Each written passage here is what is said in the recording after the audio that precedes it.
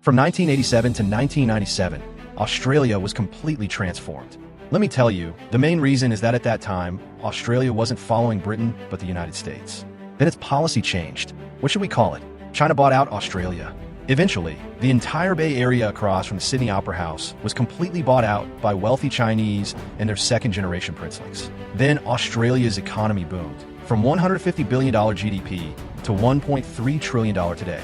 The GDP per capita was greater than $50,000, surpassing the UK, Germany, France, and Japan. Isn't that impressive? But Australian politics is completely controlled by the CCP. Australia is the most heavily infiltrated white nation in Asia by the CCP. It is the country with the largest number of Chinese immigrants in higher education. When I went there before I was imprisoned, the first thing I asked was, can kangaroos be eaten? When I arrived again in Australia after being released in 1983, I'd already started studying architecture and researching the Sydney Opera House. I lived on the top floor of the Intercontinental Hotel, which was behind the Opera House, and my interactions were all with Australians, politicians, and artists. Wow, I've changed. I really spent time and money learning about Australia. I felt Australia would definitely fall to the CCP. That was my judgment at the time. The Australians are so greedy. They could be bought off with a little money. And their politicians were shameless, do you know? You've never seen anyone like them. The Brits still have some reserve, while the Americans sometimes try to be righteous, acting like Big Brother. The Japanese at least have some dignity. The Australians are the only shameless one. They'll do anything you ask them to do if you pay them. They're such a cheapskate, not a civilized Western nation. I said I would never come back to this place again.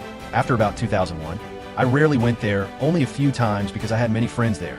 And Australia is home to many children of Chinese Communist Party officials. So, it's a very complex country. My experience with it was very interesting. So, what we're seeing in Australia right now, being bought by the CCP, isn't just a serious blow. It's a complete wipeout. I've dealt with every Australian TV station and newspaper. Do you know why?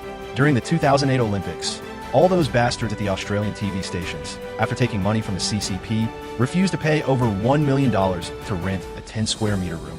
They refused. They came to Pangu to find me. Like Channel 7. We sued Channel 7 in 2009, do you know? The Sydney Herald was in Pangu. We provided them for free. They made many promises to us, but all of them disappeared after the 2008 Olympics. So I know these bastards in Australia all too well. It's just a few small figures behind the scenes, but the CCP has them all under control. Australia is a total wipeout. There's no righteous media in Australia. Absolutely not.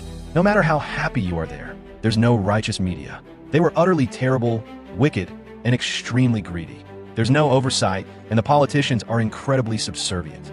The second scariest thing in Australia right now is social media. Australia is ranked in the top 18 to 20 civilized countries among the Western nations out of 223 countries worldwide. Among civilized countries, Australia likely has the worst internet and the most poorly designed internet platform layout. They don't want you to have free social media. This is terrifying. Australia is part of Asia, but it's completely British, the white, supreme, European culture of the Commonwealth. At the same time, it follows the United States in military and economy, and now it's controlled by the CCP. The CCP held internal meetings. I knew it because I often attended their meetings.